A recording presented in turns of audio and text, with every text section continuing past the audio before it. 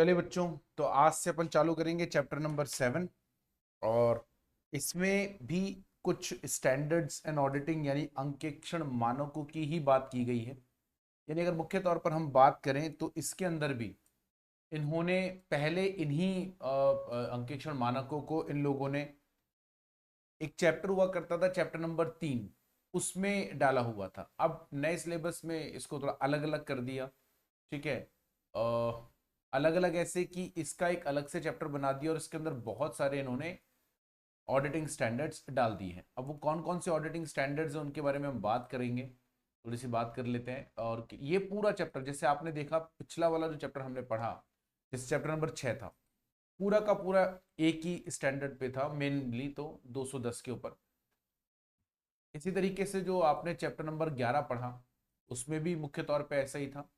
और इसमें भी मुख्य तौर पे यही है। अगर मैं बता दूं आपको कि इसमें कौन कौन से स्टैंडर्ड है, तो यानी कौन स्टैंडर्ड मतलब अब तो आप समझने लग गए ना। अब तो आपको लिखने के लिए तो अंकेक्षण मानक है ही, हम ये शब्द प्रयोग करेंगे। बोलने में यूज कर लेते हैं अंकेक्षण मानक या ऐसे। तो इसमें कुछ तो ऐसे जो कि अंकेक्षण साक्ष्य से संबंधित है। अंकेक्षण मानक जो अंकेक्षण साक्ष्य, ठीक है ना। तो लेकिन आपको इतना याद नहीं रखना है, तो मैं आपको बता रहा हूं, आपको याद रखने की जरूरत नहीं है।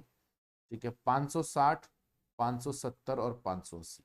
अच्छा, आपको याद हो तो 500, 505, 510, 520, 530 और 550, ये तो आप पढ़ ही चुके पहले। 500 वाली सीरीज में यही तो है बस। 6 और 3 9 और एक 540 और है जो आपके सिलेबस का हिस्सा नहीं है। तो 500, 505, 510, 20, 30 ये पढ़ चुके। ये वाले हमारे और पढ़ने हैं।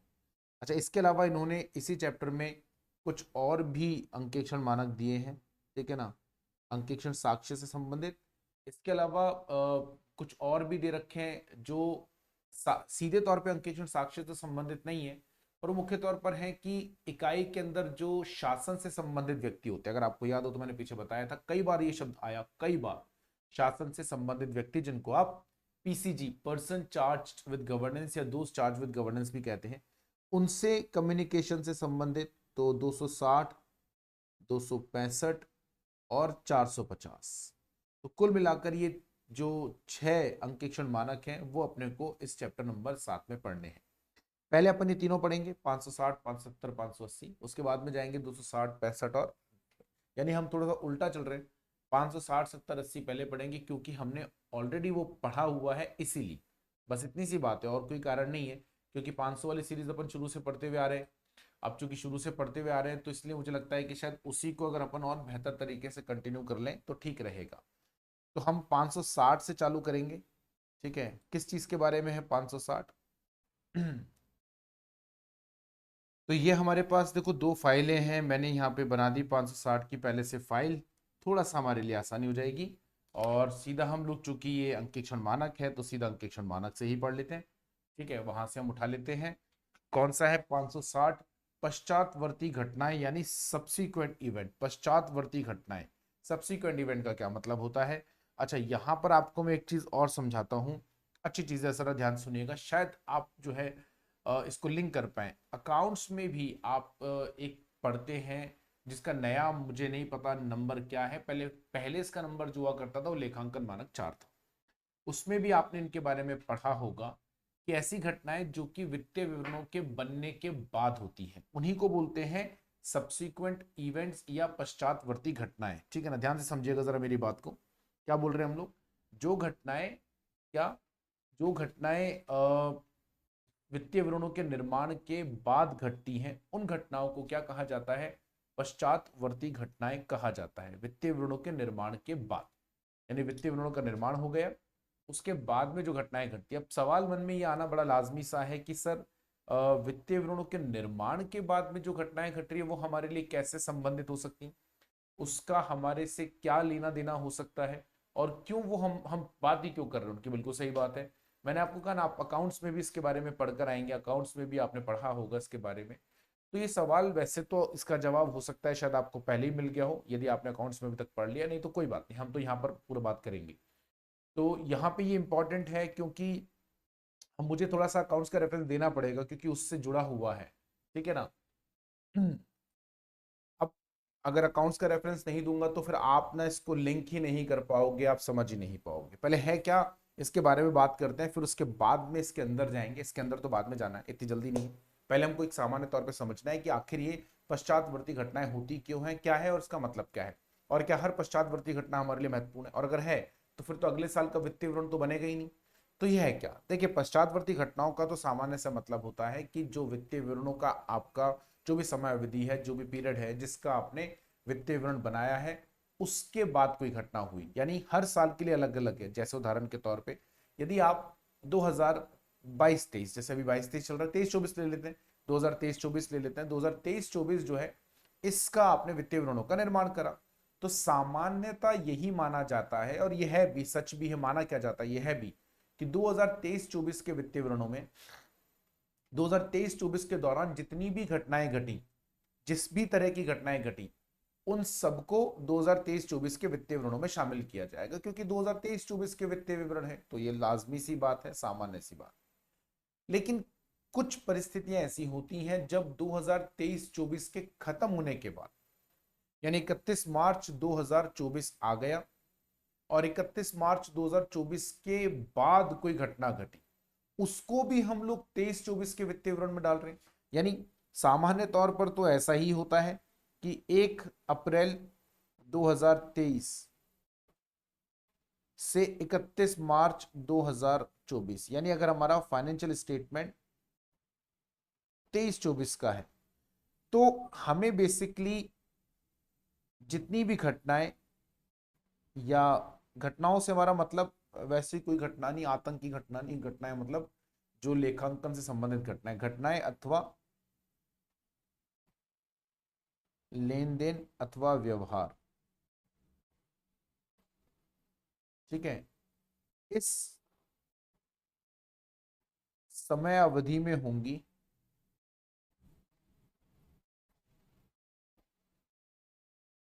को फाइनेंशियल स्टेटमेंट 2023-24 में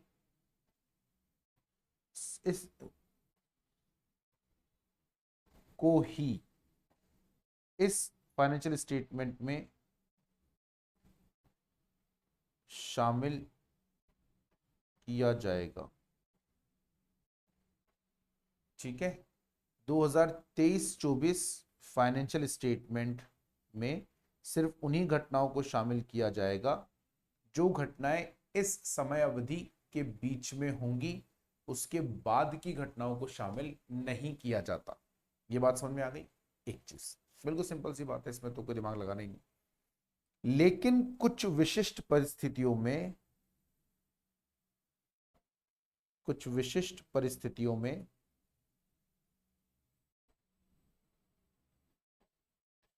31 मार्च 2024 के बाद होने वाली घटनाओं घटनाओं 2031 मार्च 2024 के बाद होने वाली घटनाओं को भी, ध्यान दीजिएगा जरा मेरी बात पर, को भी, अब ये बहुत महत्वपूर्ण, फाइनेंशियल स्टेटमेंट 2023-24 में ही शामिल करेंगे। यानी ये क्या बात हो गई, होना तो ये चाहिए था कि 2023-24 के बाद जो घटनाएं हो रही, खासतौर पे 31 मार्च 2024 के बाद जो घटना हो रही है, उस घटना को आपको 24-25 के वित्तीय विवरणों में शामिल करना चाहिए था। सही तरीका तो यही है, 2024-25 के वित्तीय विवरणों में शामिल करना चाहिए। लेकिन आपने उसे शामिल कब करा, 2023-24 के वित्तीय विवरणों में। ऐसा क्यों करा आपने 2024-25 में? तो उसके पीछे कारण होता है, पहले लेकिन हमें समझना पड़ेगा उनको शामिल करेंगे, है ना, क्यों और कैसे, ये हमें कौन बताता है, ये हमें बताता है ऐसे 560,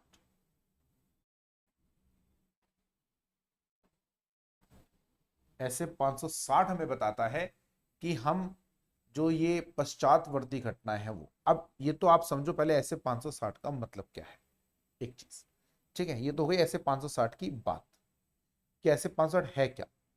अब सवाल क्या है, सवाल ये है, ध्यान दीजिएगा जरा मेरी बात, यहाँ पे जो लिखा हुआ है वो तो हम पढ़ेंगे बाद में, पहले एक सामान्य चर्चा तो करें, हमें पता तो चले आखिर ये है किस चीज के बारे में। अब ये 2023-24 के वित्त, ये ऐसे 560, बल्कि मेरे को ऐसा लिखना चाहिए कि ये ऐसे 560 नहीं बताता, बल्कि ये तो कौन बताता है, ये तो AS4, जो भी नया नाम है आप देख लीजिएगा, बताता है। ये तो आपको ऐसे 200 AS4 बताएगा, मैं नहीं बताऊंगा, AS4 बताएगा। ठीक है, AS4 मतलब लेखांकन मानक 4, जो भी इसका नया नंबर है वो आपको आपके अकाउंट सोल्यूशन बता देगा। उसका नाम भी यही है, सब्सिक्वेंट इवेंट, अगर आपको याद हो तो ना, आपने पढ़ा भी होगा तो, नहीं तो पढ़ेंगे तब याद आ जाएगा।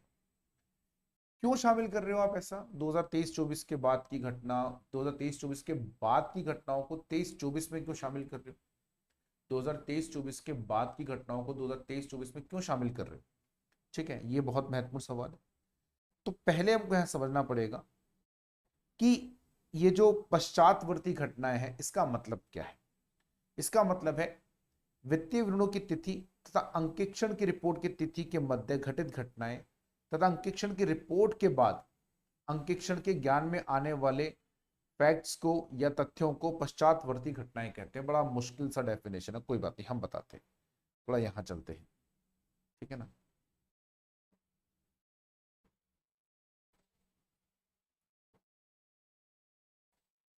ध्यान दीजिएगा जरा। अच्छा, यहाँ एक चीज और है यार, ये तो थोड़ा सा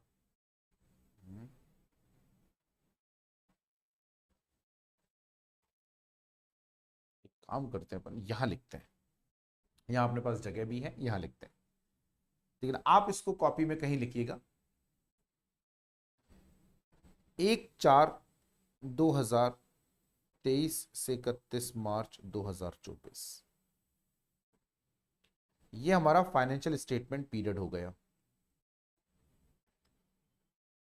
एनी इवेंट, सॉरी, जैसा मैंने यहां पे लिखा, जी यहां पे मैंने डेफिनेशन नहीं लिखी, यहां दोबारा लिख देता हूं। इस या किसी भी वित्तीय वर्ष के समाप्ति के बाद की घटना है। ठीक है, क्या कहलाती हैं, पश्चातवर्ती घटनाएं। सिंपल। ठीक है, बिल्कुल आसान सी परिभाषा है। किसी, मैंने यहां इस शब्द तो इस संदर्भ में लिखा, किसी भी वित्तीय वर्ष के समाप्ति के बाद की घटनाएं पश्चातवर्ती घटनाएं कहलाती हैं। ऐसे लिखूं कि बाद की घटनाएं उस वित्तीय वर्ष के लिए, अच्छा अगले वित्तीय वर्ष के लिए थोड़ी ना वो पश्चातवर्ती घटनाएं हैं, अगले वित्तीय वर्ष के लिए तो वो उसी वर्ष की घटनाएं कहलाएंगी। यानी अगर आज आप 23-24 के संदर्भ में पूछोगे तो 23-24 के बाद की घटनाएं 23-24 के लिए पश्चातवर्ती, 24-25 के लिए थोड़ी ना, 24-25 के लिए तो वो 24-25 की घटनाएं हैं। पसंद में आ गई। 23-24 के बाद की घटनाएं 23-24 के लिए पश्चातवर्ती, पश्चातवर्ती मतलब बाद की, है ना, पश्चातवर्ती मतलब बाद की। तो 23-24 के बाद की घटनाएं 23-24 के लिए पश्चातवर्ती है, 23-24 के आगे के साल के लिए थोड़ी ना पश्चातवर्ती, तो हर वर्ष के संदर्भ में देखा जाता है। अब ये पश्चातवर्ती घटनाओं को आप समझो। यदि मैं प्रबंधन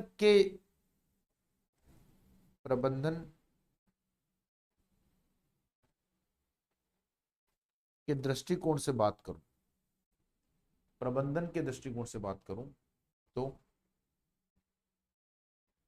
वित्तीय वर्ष की समाप्ति से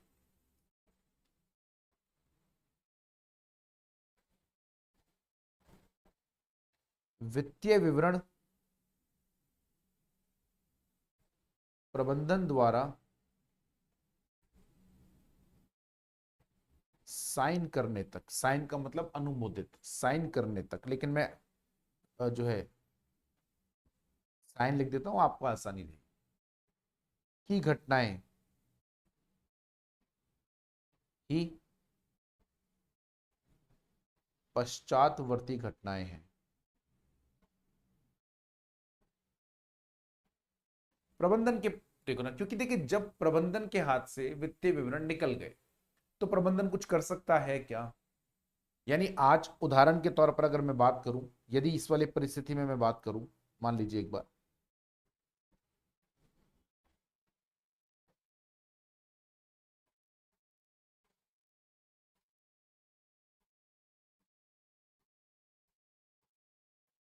यदि मैं इस परिस्थिति में बात करूं, यदि वित्तीय विवरण प्रबंधन ने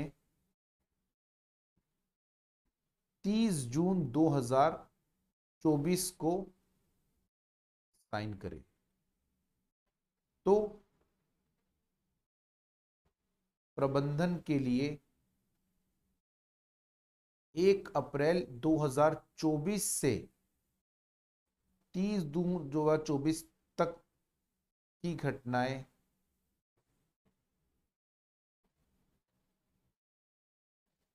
पश्चातवर्ती घटनाएं मानी जाती हैं।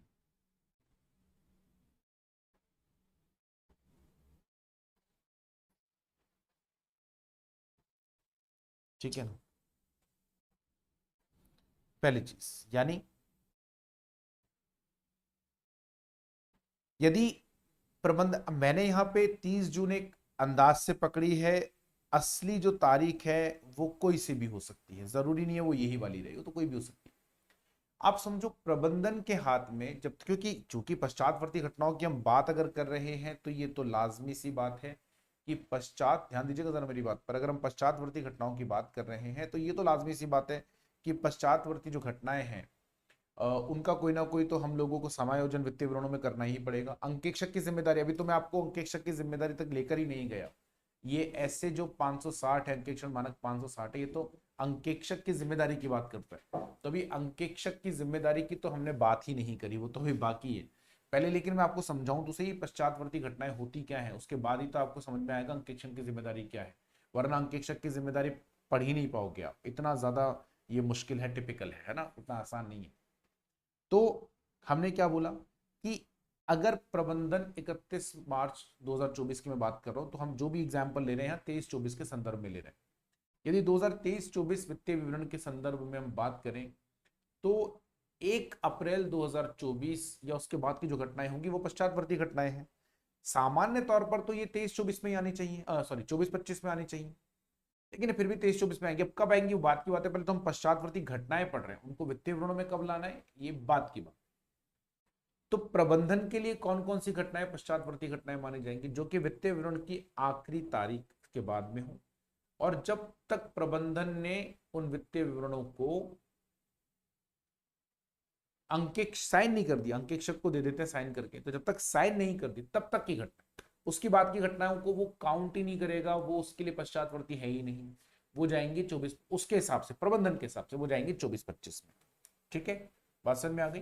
तो अगर प्रबंधन जो है वित्तीय विवरणों को 30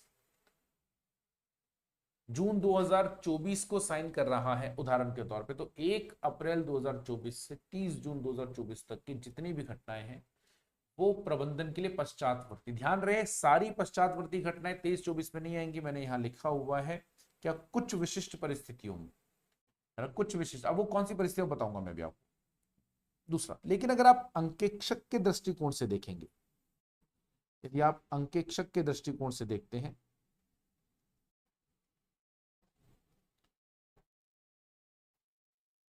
तो अंकेक्षक के दृष्टिकोण से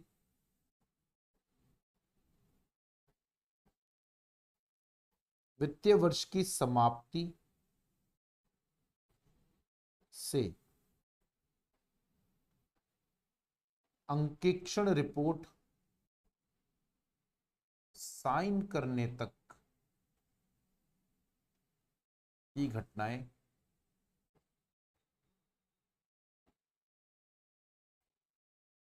पश्चातवर्ती घटनाएं कहलाती हैं।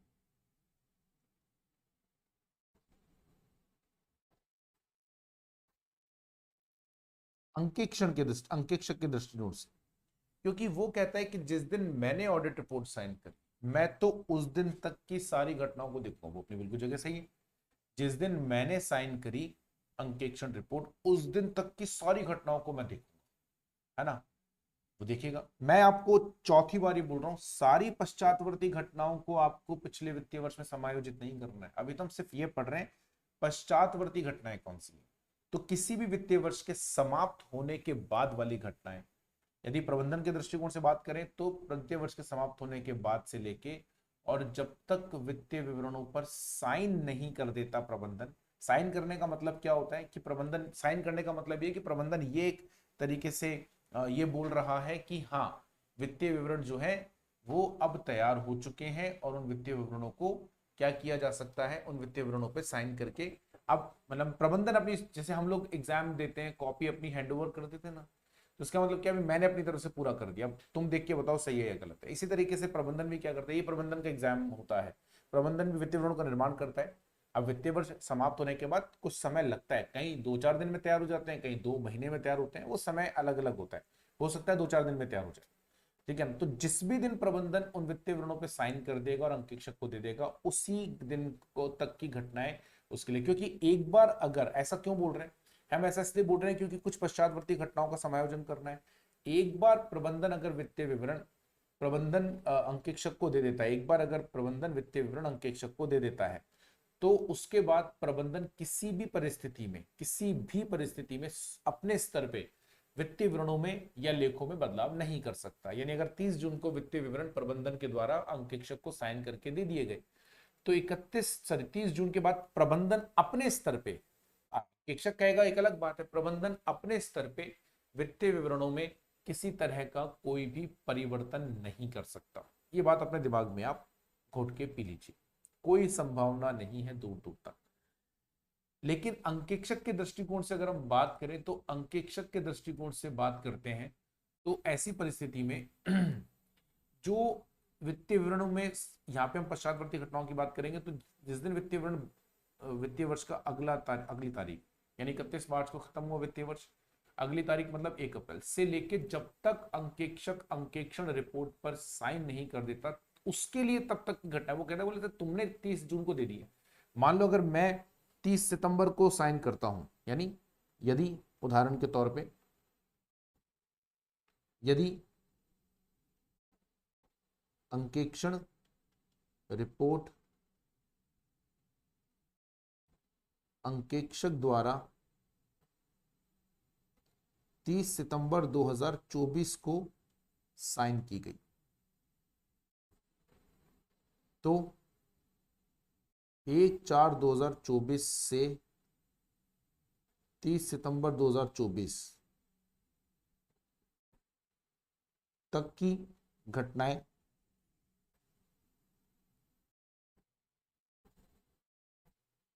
उसके लिए पश्चातवर्ती घटनाएं हैं।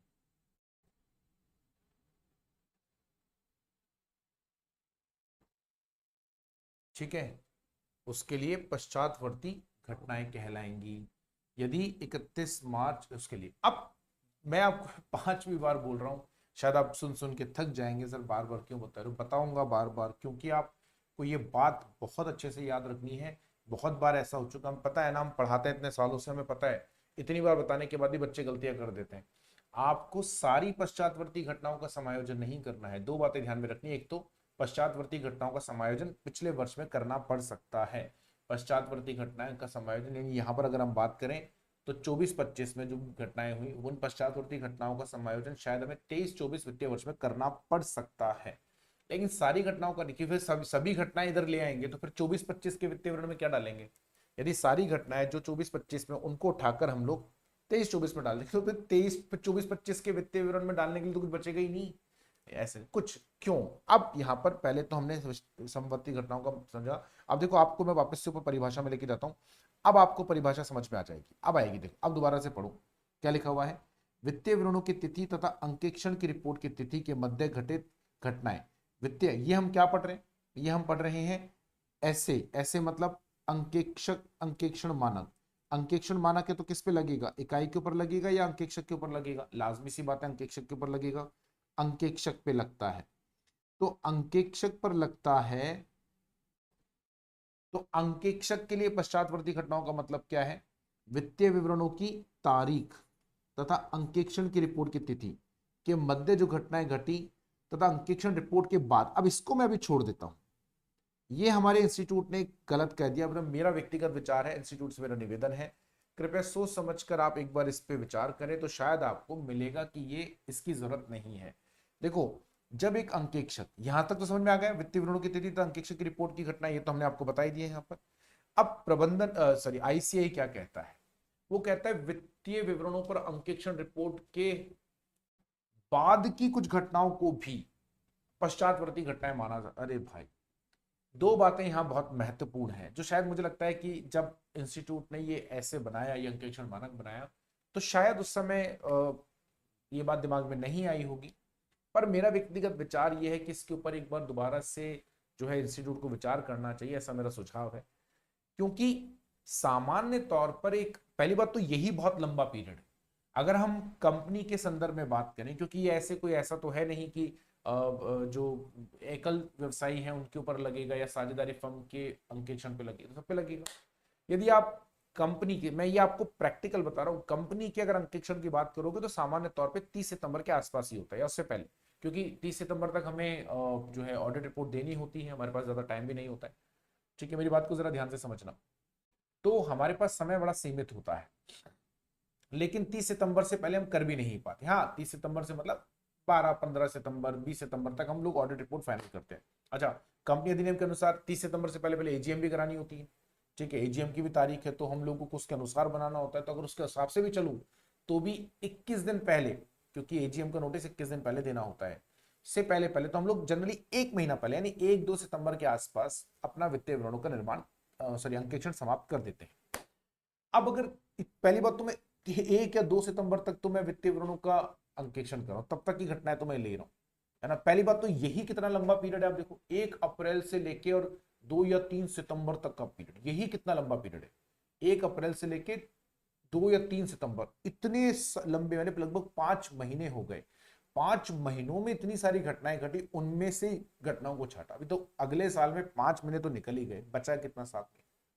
ये कहते हैं अंकेक्षण रिपोर्ट देने के बाद भी कुछ घटनाएं ऐसी हो सकती हैं जो, अरे, अंकेक्षण रिपोर्ट देने के बाद, अब मजेदार बात सुनना दो, बहुत मजेदार बात है। अंकेक्षण रिपोर्ट देने के बाद एक अंकेक्षक इकाई से चला जाता है। मुझे तो याद ही नहीं आज तक कि हमने वित्तीय विवरणों पर साइन करने के बाद अगले वर्ष का अंकेक्षण करेंगे तभी आते हैं। मैं क्यों रुकूंगा उस इकाई के अंदर? तो मुझे उस इकाई में होने वाली पश्चातवर्ती घटनाओं की जानकारी भी कैसे होगी? दूसरी बात, चूंकि आप समझो जिस वित्तीय वर्ष के संदर्भ में आप बात करो उसको निकले हुए पहले ही 4-5 महीने हो चुके हैं, वो बहुत पीछे लगे। अगला जिस जिस वित्तीय वर्ष में हम अभी हैं 24-25, वो भी समाप्त होने की कगार पर पहुंच रहा है। 5-7 महीने बाद वो भी समाप्त हो जाएगा, उसके वित्तीय विवरणों के निर्माण का समय आ जाएगा। आप अभी भी ये कहते हो कि अभी अंकेक्षण रिपोर्ट के बाद की घटनाओं को भी पश्चातवर्ती घटनाएं माना जा सकता है, और ये कहते हैं उसका भी समायोजन करना चाहिए। और लेकिन उसमें फिर एक बात और लिखते हैं कि लेकिन ऐसी घटनाओं को ढूंढने के लिए अंकेक्षक को कुछ करना नहीं है, अगर पकड़ में आ जाए तो। अरे आएगी कैसे पकड़ में? मैं उस इकाई में रहा ही नहीं, चला ही गया, उस इकाई से ही चला गया अंकेक्षण करने के बाद। अब अंकेक्षण करने के बाद मैं उस इकाई में रहूंगा ही क्यों? ऐसे तो मैं कभी काम ही नहीं कर पाऊंगा, फिर किसी और इकाई का तो मैं अंकेक्षण ही नहीं कर पाऊंगा, कैसे करूं? तो सामान्य तौर पर हम उस इकाई में नहीं रहते जब उस इकाई का अंकेक्षण समाप्त हो जाता है।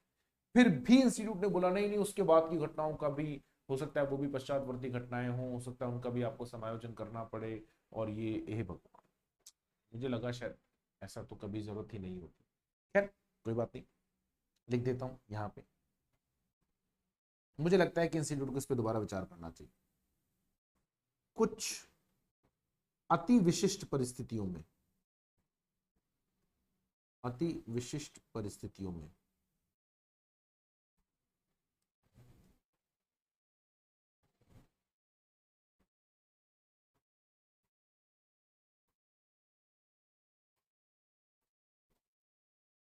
ठीक है। कुछ अति विशिष्ट परिस्थितियों में अंकेक्षण रिपोर्ट के बाद की घटनाएं,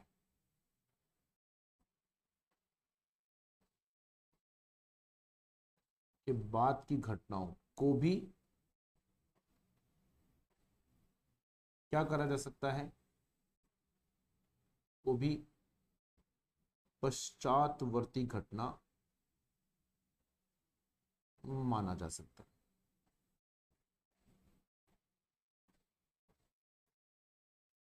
ठीक है, तो ये आपको जो है ध्यान में रखना है कुछ विशिष्ट परिस्थितियों में।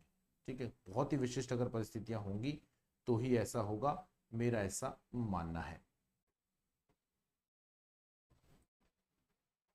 ठीक है, कुछ विशिष्ट परिस्थितियां अगर होती हैं तो ऐसा होगा।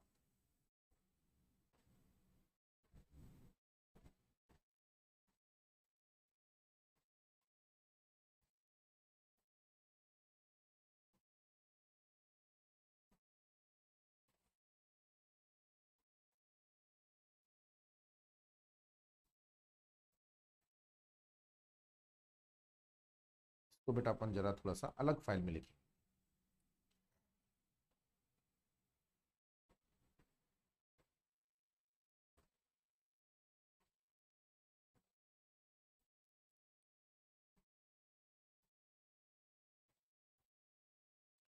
तो यहां तक कोई डाउट अगर है तो आप मुझसे पूछें आराम से। आप 1 मिनट बैठ के इसके बारे में सोचिए, देखें कि ये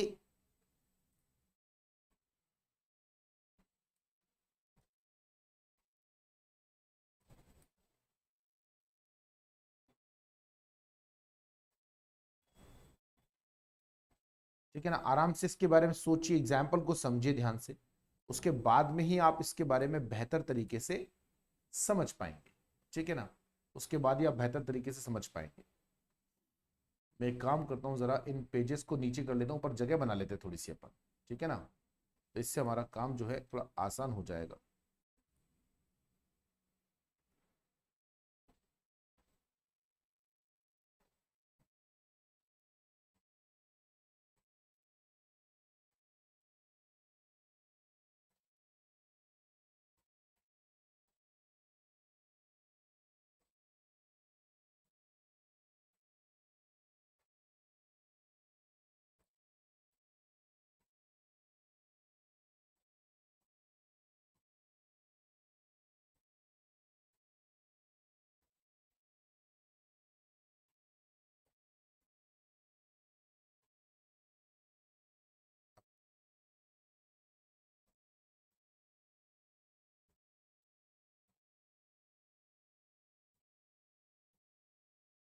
ठीक है, तो यहाँ से इसको हटा देते हैं, ये कुछ काम का नहीं है, ये तो हमने पढ़ ही लिया।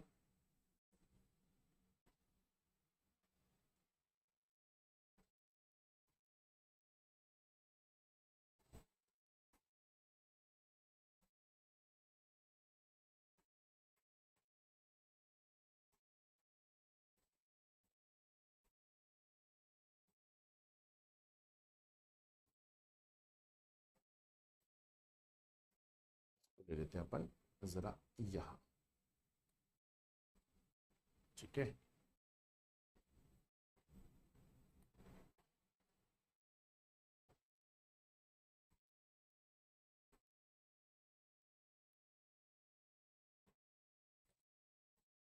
ये फाइल को ले लेते हैं जरा यहाँ।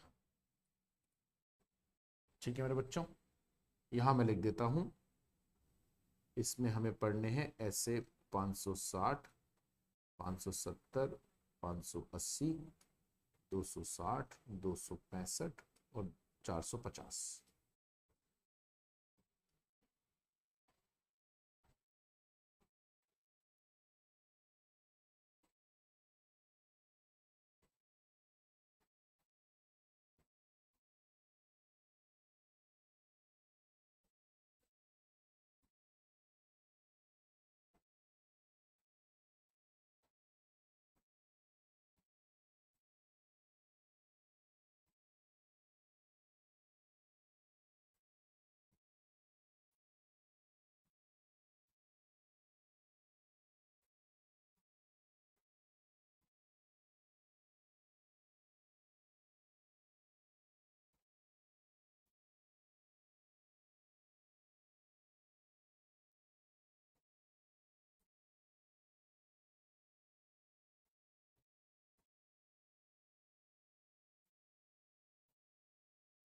चलिए, तो इस तरीके से हमने कहा कि अंक जो है ये कुछ पश्चातवर्ती घटनाएं होती हैं। तो ठीक है, अब इंस्टीट्यूट तो भैया यही मानता है कि जो वित्तीय विवरणों के पश्चात से लेके अंकेक्षण रिपोर्ट पे साइन करने तक की घटनाएं हैं उनको तो आप मानोगे ही पश्चातवर्ती घटनाएं, और कुछ परिस्थितियों में। लेकिन जैसा मैंने आपसे कहा, अब छठी बार मैं ये कह रहा हूं कि यहाँ पे, यहाँ ध्यान से जरा सुनिएगा मेरी बात, अब जो मैं बोलूँ उसको ध्यान सुनिएगा। क्या बोल रहा हूं मैं? ये प्रबंधन के दृष्टिकोण से है, तो लेखांकन मानक के अनुसार, ध्यान दीजिएगा जरा, लेखांकन मानक, देखो बेटा मैं अभी तो 4 लिख रहा हूं, आप सर से पूछ के अपने अकाउंट्स वाले सर से सही कर लेना। लेखा मुझे पता नहीं है देखो कौन सा नया वाला है, इसलिए लेखांकन मानक 4 के अनुसार, 4 अभी मैंने अंकेक्षण मानक की बात नहीं के अनुसार प्रबंधन को उन समस्त पश्चातवर्ती घटनाओं, अब प्रबंधन के लिए पश्चातवर्ती, आप समझो मैं जब ये लिख रहा हूं समस्त पश्चातवर्ती घटनाएं, तो आप समझो कि मैं सिर्फ उन्हीं पश्चातवर्ती घटनाओं की बात कर रहा हूं जो प्रबंधन के लिए पश्चातवर्ती है।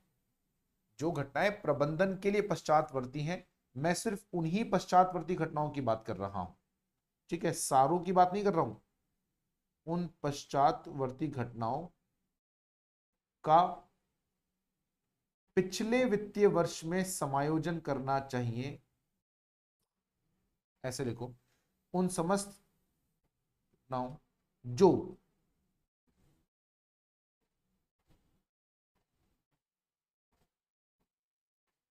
अब अगली बात बहुत ध्यान से, मैं पहले तो पश्चातवर्ती, अब अगर मैं प्रबंधन के दृष्टिकोण से भी बात करूं तो वित्तीय विवरण की तारीख से लेके और वित्तीय विवरण पर साइन, जैसे हमने अभी एग्जांपल लिया था, तो 1 अप्रैल से लेके और 30 जून, वो सारी जो भी घटनाएं हैं जितनी भी, ठीक है ना, ध्यान दीजिएगा जरा मेरी बात पर। अब यहां पे बहुत महत्वपूर्ण बात मैं आपको बताने जा रहा हूं, जो इस 3 महीने के दौरान या वित्तीय विवरणों के साइन करने से लेके, वित्तीय विवरणों पर बनाने से लेके साइन, अच्छा हो सकता है ये 5 ही दिन हो, कई कई बार ऐसा होता है कि वित्तीय विवरण जो है वो 5 दिनों में बन जाते हैं, ठीक है ना, और कई बार ऐसा होता है कि जो वित्तीय विवरण है वो 15 दिन में बने। तो जो भी है, अब चाहे तो 2 दिन हो, 4 दिन हो, या 2 महीने, उससे कोई फर्क नहीं पड़ता, ठीक है ना। तो जो भी पश्चातवर्ती घटनाएं हैं, समस्त पश्चातवर्ती से हमारा मतलब है प्रबंधन के लिए, हमने क्या बोला, लेखांकन मानक 4 के अनुसार प्रबंधन को उन समस्त पश्चातवर्ती घटनाओं जो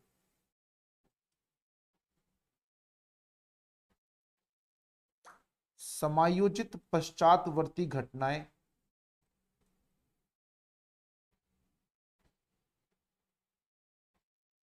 की श्रेणी में आती हैं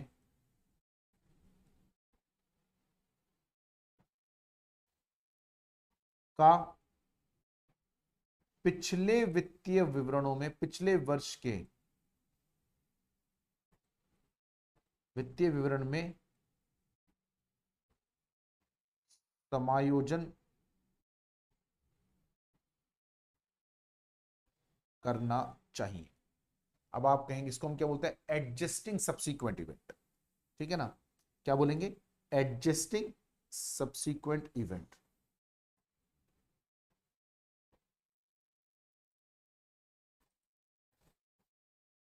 ठीक है मेरे बच्चों, मैं लिख देता हूं यहां पे, एडजस्टिंग सब्सीक्वेंट इवेंट उनका की श्रेणी में आते हैं। अब आप पूछेंगे सर ये एडजस्टिंग सब्सीक्वेंट इवेंट क्या होते हैं, ये बताओ। वैसे तो ये आपको अकाउंट्स वाले सर को बताना चाहिए, मैं क्यों बताऊं, चलो मैं बता, क्योंकि पहले तो अभी अभी तक हमने, आप देखो हमारा इतनी देर हो गई हमें पढ़ते हुए, लेकिन अभी तक हमने अंकेक्षण मानक की तो बात ही नहीं की, नहीं कर सकता जब तक मैं आपको इन पश्चातवर्ती घटनाओं के संबंध में नहीं बता दूंगा, तब तक मैं आपको नहीं पढ़ा सकता कि अंकेक्षक की जिम्मेदारी क्या है। तो अभी हमने क्या बोला, प्रबंधन की जिम्मेदारी है, लेखांकन मानक 4 के अनुसार प्रबंधन की जिम्मेदारी है कि जो भी एडजस्टिंग सब्सिक्वेंट इवेंट यानी समायोजित पश्चातवर्ती घटनाओं में आते हों या समायोजन करने वाली पश्चातवर्ती घटनाओं में आते हों, वैसे समायोजित का तो मतलब होता है एडजस्टेड, मैंने बोला एडजस्टिंग, कोई बात नहीं, आप समझ जाना, क्योंकि हिंदी में ये एक शब्द सेम ही रहेगा दोनों के लिए। पर जितनी भी समायोजित करने वाली या समायोजन योग्य जो भी पश्चातवर्ती घटनाएं हैं, समायोजन योग्य जितनी भी पश्चातवर्ती घटनाएं हैं, उन सारी पश्चातवर्ती घटनाओं का वित्तीय विवरण में समायोजन करना पड़ेगा। अब मन में ये सवाल आना लाजमी है कि सर ये समायोजित पश्चातवर्ती घटनाओं का मतलब क्या होता है? समस्त पश्चातवर्तीय घटनाएं जो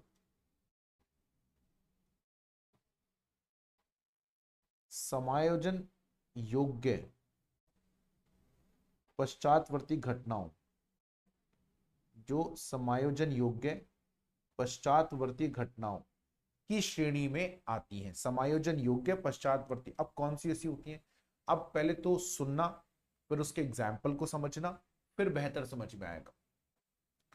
देखिए, 31 मार्च के बाद मैं ये लिखूंगा नहीं, क्योंकि अकाउंट्स वाले सर बताएंगे वो बेहतर, मैं सिर्फ आपको आइडिया दे रहा हूं, क्योंकि ज्यादा बेहतर तो देखिए वही आपको पढ़ा सकते हैं, क्योंकि अकाउंट्स का टॉपिक है।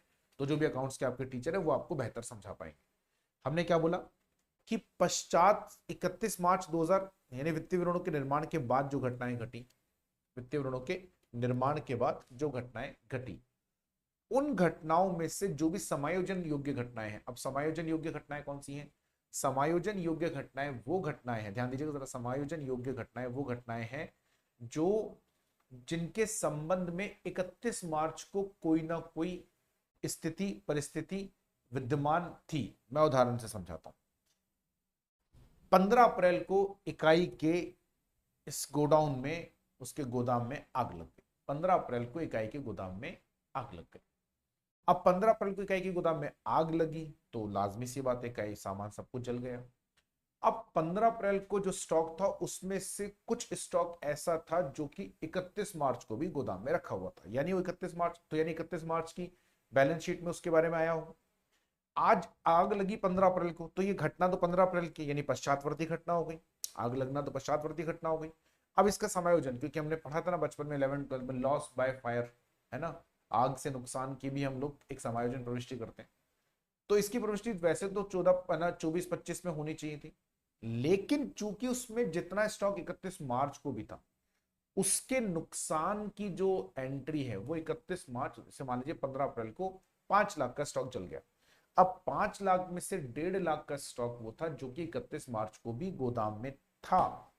31 मार्च को भी गोदाम में था। तो 31 मार्च को भी चूंकि वो गोदाम में था, तो ऐसी परिस्थिति में उसका जो नुकसान हुआ उसकी एंट्री 31 मार्च को ही होगी, उसकी एंट्री आज नहीं हो सकती। ठीक है, बात समझ में आ गई? तो अब हम इस घटना को क्या बोलेंगे? समायोजन योग्य पश्चातवर्ती घटनाएं।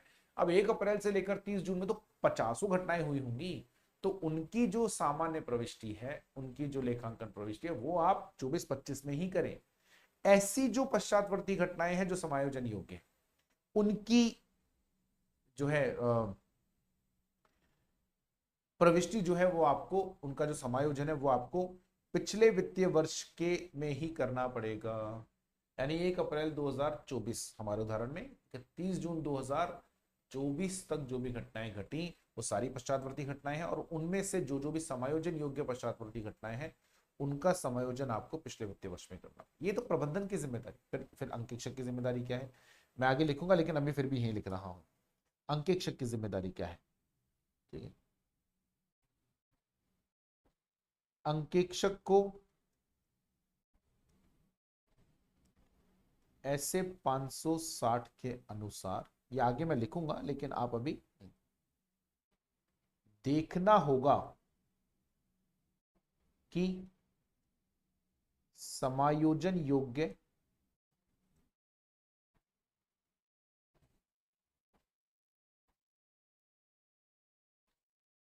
पश्चातवर्ती घटनाओं का समायोजन वित्तीय विवरणों में करा कर दिया गया है या नहीं।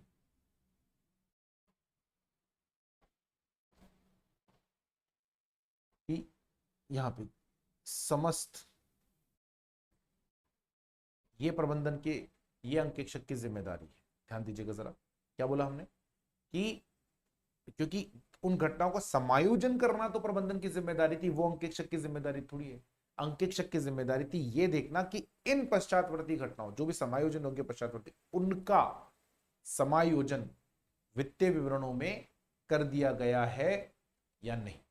तो उसके लिए पहले अंकेक्षक को अपने अंकेक्षण प्रक्रियाओं को लगाकर ढूंढना पड़ेगा कि 1 अप्रैल से लेके और 30 जून, या ऐसे बोले वित्तीय विवरण की तारीख से लेके और वित्तीय विवरण साइन करने तक की तारीख के बीच में कौन कौन से ऐसे पश्चातवर्ती घटनाएं हैं जो समायोजन योग्य। पहले तो उन घटनाओं को ढूंढो कि कौन कौन सी समायोजन योग्य पश्चातवर्ती घटनाएं हैं, उन घटनाओं, फिर उनका समायोजन करें। कौन कौन सी समायोजन योग्य पश्चातवर्ती घटनाएं हैं उनको ढूंढूं, और फिर उनका क्या किया जाए, समायोजन किया जाए। यही करना पड़ेगा ना कि समायोजन किया गया, ये देखो। अच्छा, लेकिन इधर वाली घटनाओं की बात करें, ठीक है ना, अंकेक्षण के दृष्टिकोण से, तो यहां पे देखो कब से कब तक आ रही है, यहां पर आ रही है 1 अप्रैल से लेके, यानी वित्तीय विवरण से लेके, और तो इसको मैं क्या करता हूं, मैं इसको 3 घाट बातों में बांट देता हूं। तो मुख्य तौर पे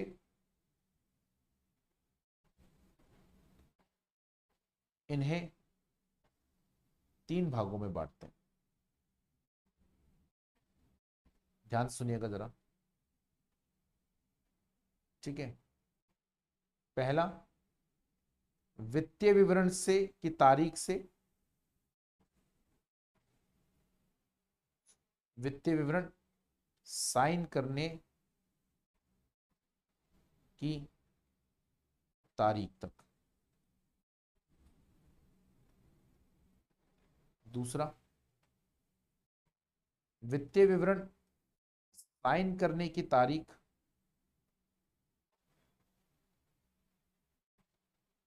से अंकेक्षण रिपोर्ट साइन करने तक।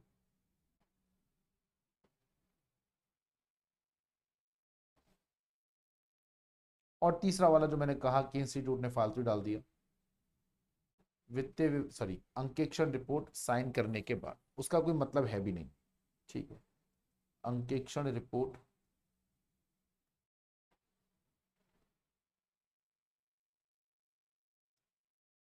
करने की तारीख के बाद।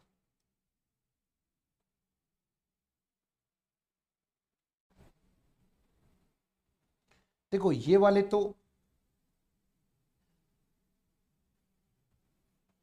है ना, इसलिए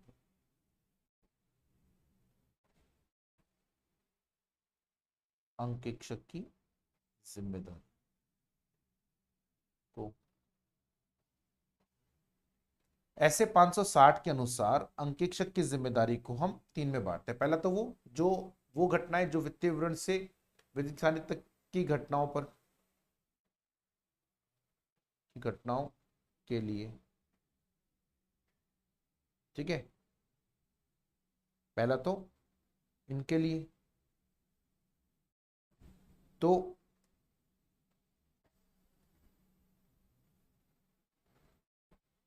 क्या बोला हमने, वित्तीय विवरण से और वित्तीय विवरण साइन करने की तारीख, वो तो ये आ गया। इसके लिए तो प्रबंधन क्या रहेगा जिम्मेदार, प्रबंधन उसका समायोजन करेगा और अंकेक्षक देखेगा समायोजन सही से हुआ है नहीं हुआ। ये वाले जो है दोनों,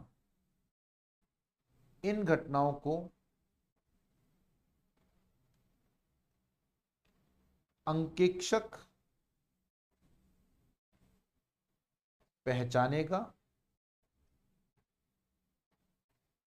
एवं प्रबंधन से समायोजन करवाएगा। अब इनको देखो, ये प्रबंधन नहीं कर सकता था भाई, प्रबंधन ने वित्तीय विवरण जिस दिन साइन कर दिया और अंकेक्षक को दे दिए, उसके बाद प्रबंधन नहीं कर सकता। तो उसके बाद की जो घटनाएं हैं दोनों ही, उनको प्रबंध अंकेक्षक ही पहचानेगा और प्रबंधन से समायोजन करवाएगा। हाँ, प्रबंधन तब समायोजन कर सकता है जब अंकेक्षक बोलेगा, प्रबंधन समायोजन कर सकता है जब अंकेक्षक बोले करवाएगा, और यदि ऐसा ना हो तो अंकेक्षण रिपोर्ट में डालेगा, ठीक है। तो ये आपको ध्यान में रखना है, प्रबंधन अंकेक्षण रिपोर्ट में उन्हें डालेगा। ठीक है, यहां तक बात समझ में आ गई, कोई दिक्कत नहीं। तो आज के लिए बस हम इतना ही करते हैं, अगले लेक्चर में और चर्चा करेंगे इसके बारे में। तब तक के लिए बहुत बहुत धन्यवाद।